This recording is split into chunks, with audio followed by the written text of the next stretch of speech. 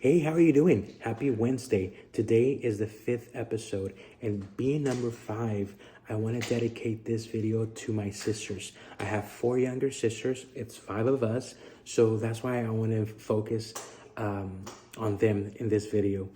I'm the oldest one, and being the oldest and being the boy and having four sisters, well, growing up, my parents and my grandma would always be like, you need to be careful with your sisters. Don't be too rough with them when you're playing. They showed me how to, be respectful with women.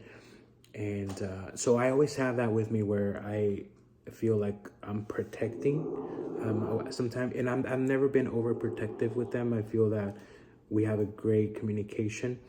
And I'm not that type of brother that goes to that extreme where I don't feel like I'm different from them. We're the same.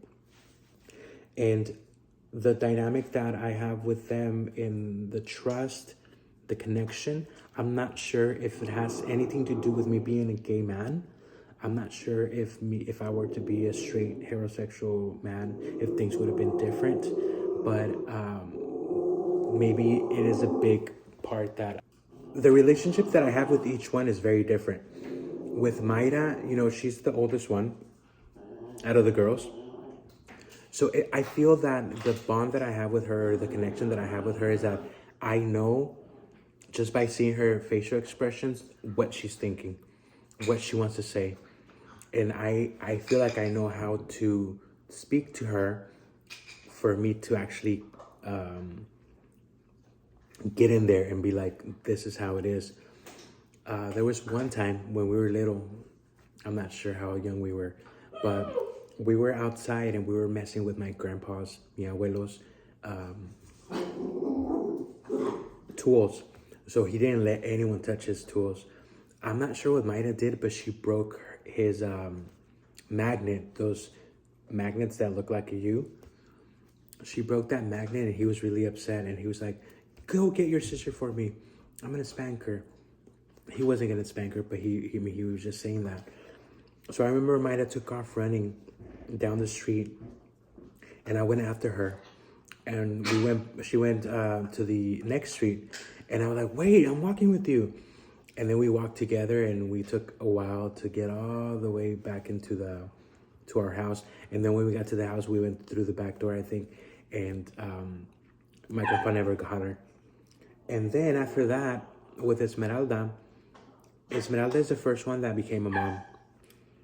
Esmeralda being the first one to become a parent has shown us what it means to be a mother and sacrifice a lot of your time and put all your attention to your children. It's incredible to see how she wakes up extra early to go to work and is able to get out of work at an early time to be there to pick up Isabela after school. She's always, a lot of the times, many days in the evening, she's with Isabela in soccer practice. And then on the weekends, sometimes they're out Saturday and Sunday all day in tournaments. So she's very involved with Isabela, and it's great to see how Isabela can have this passion to play soccer and always know that her mom is there with her, showing her that support. So it's really beautiful to see that. With Lucero, I feel like everyone assumes and believes that me and Lucero are the ones that get along the best. And there is some truth to that, but I have to say that right now, she's also working on herself and working on her, just working on herself. And that allows us to have really deep conversations and dive in deeper into any topic. But at the same time, she's the one sister that I fight with the most. We're so different. We think very differently. And that's a real beautiful thing because it shows that we can be two different individuals and at the same time love each other, but at the same time not see eye to eye in many things. But I really love our conversations and I love how she is evolving as a woman, and I'm very proud of what she's accomplishing right now. With Alicia, Alicia is our baby, and I was 15 years old when she was born. So my sister Mayra and Esmeralda and myself, even Lucero, we all basically raised her. Whenever she was first born, my mom, after she went back to work, both Mayra and Esmeralda would alternate days. One day she was Esmeralda's child, the other day was Mayra's child. So we literally raised her, and it's beautiful to see her now as a young woman. I remember whenever I first moved out, I would cry to my ex-boyfriend, and I would be like, I'm so sad that she and I won't have the same bond that I have with the rest of the girls. And I'm so happy to let you know that I do have a real beautiful bond with her. And whenever she was 4 years old, 5 years old, I wasn't living at the house, so I called and I said that I was gonna go pick her up. So my boyfriend and I picked her up, and we took her to McDonald's, and him and I were sitting down. We had ordered the food, and she would run off and go play in the playground, and we would see her play in there. And now she's 24, 25. I saw her grow up. And so I'm very glad that I was able to have that close bond with her as well, even though our age difference is 15 years. Being in the same house with all girls, it's always fun. It's never a dull moment. Imagine this. There's a family party going on, let's say quinceañera, a wedding, whatever it is. Well, there's preparation for that. And a lot of the times, whenever you guys get to see the picture on Instagram of myself with the girls, and we're posing and everybody's looking fly, there was so much to get to that point. Imagine this: the house is full of girls, and everybody's getting dressed at the same time. Taking a shower, doing the hair, doing makeup. It's like a whole production going on, and all you hear is like, why are you wearing my shirt? That's my shirt. Those are my earrings. Who has the brush? Where's the flat iron? You hear that all day long, right? Meanwhile, my dad and I are chilling. We're either watching TV, we're working out, doing something, and everybody's getting ready. And then there comes a time where it's already getting close to the hour of us that we have to leave. So I'm gonna begin to iron my clothes. So then I begin to iron my clothes. And then all of a sudden, one of them comes up and she's like, hey, I still need to do my makeup. Can you iron my shirt? Sure. So then I'll begin to iron the shirt. And then the other one comes in and it's like, hey, I'm about to take a shower. Can you iron my pants? I'm like, sure. So next thing you know, I'm ironing everyone's clothes. And then I finally finish ironing my clothes. And then I get in the shower, come out. And then in the shower, I shaved. I did my hair. I got dressed, and then I'm ready to go. And then I realized that people are still not ready. So by this time, my dad and I are totally used to all this. And for the most part, we decide that we're gonna go in one vehicle, or, to prevent taking multiple vehicles. And then whenever everyone's in the vehicle and I put reverse and we're about to take off, I hear, wait, I forgot something. And then I have to park. Someone has to get the keys, get in the house. And then right after one gets off, two get off. And then 15 minutes, we're still there in the driveway waiting for everyone to get back in the truck or the vehicle.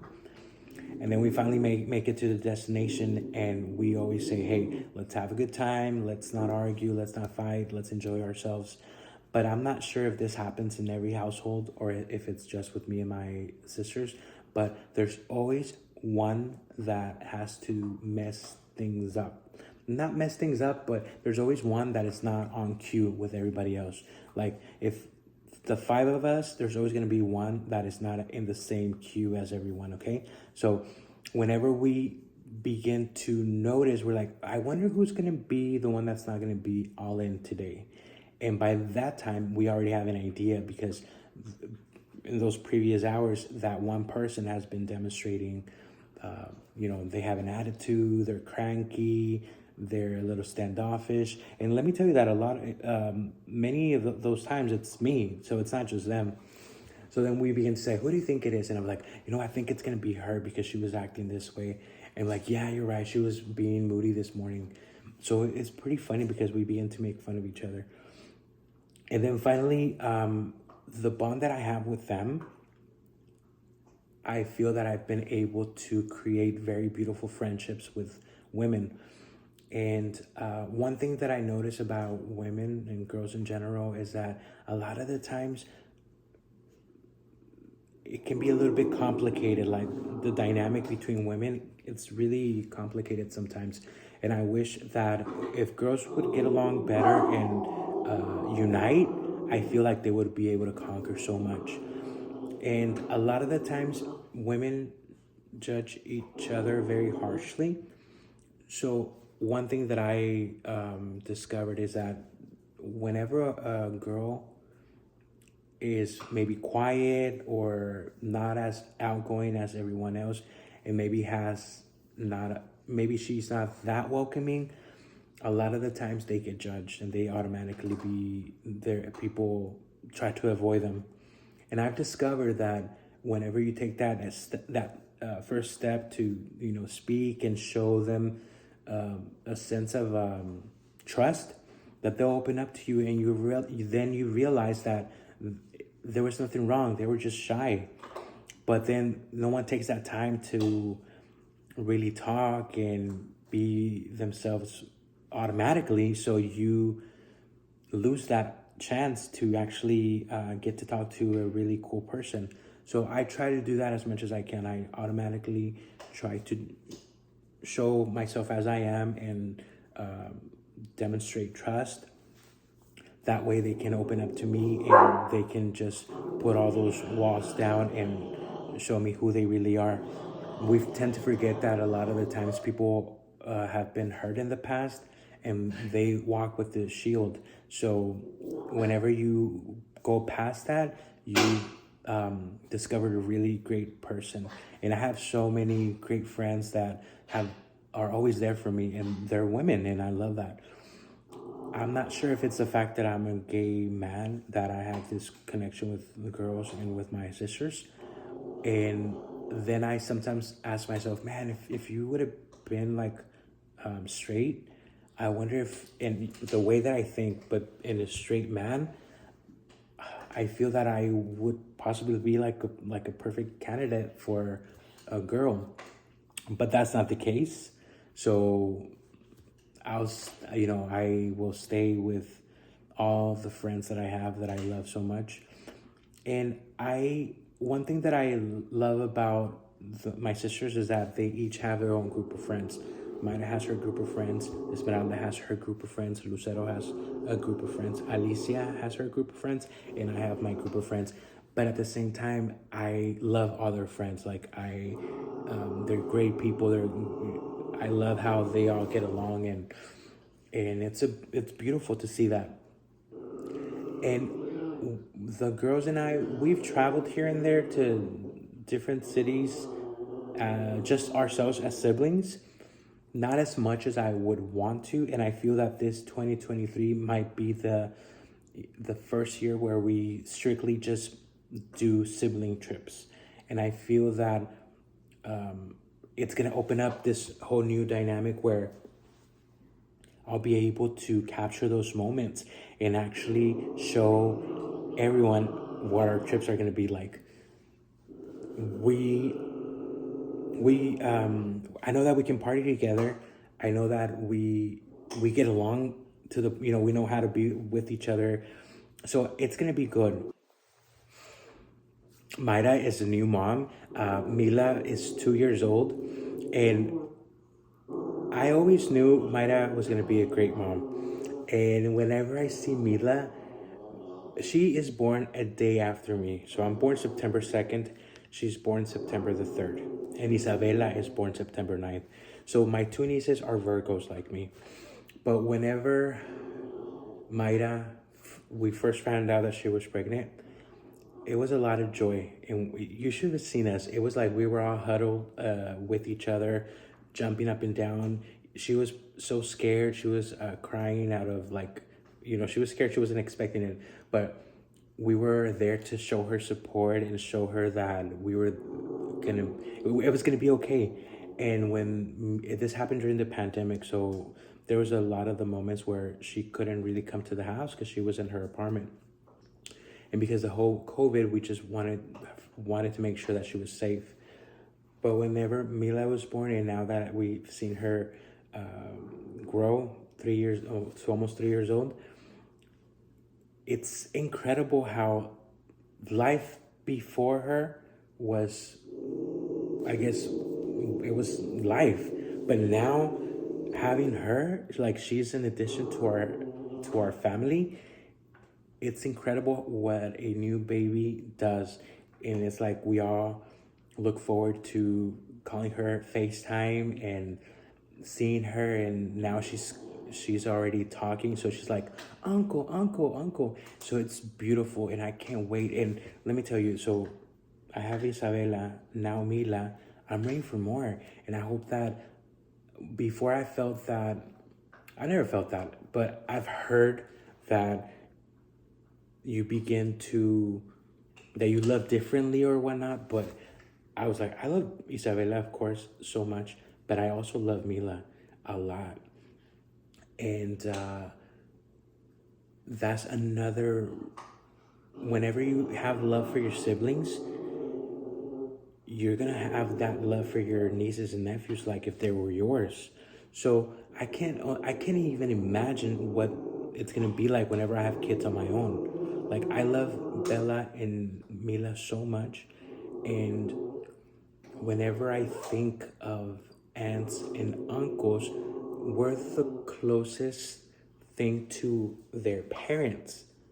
So yeah, there should be that unconditional love, and they should see us as an extension of parents, So I was very, very grateful to see that my sister Mayra had the blessing of being a mother, and hopefully she becomes a mother for many more kids, right? This episode number 5 is dedicated to my sisters. I love you guys so much. Thank you for always being there for me. I know that this 2023, we're gonna do so much. We're growing, and when we look back, we're gonna be able to see how far we've come. I want to thank you so much for all the support, all the messages. Please let me know in the DM or the messages below what you want me to talk about in the next video. I hope you have a phenomenal weekend. Stay safe.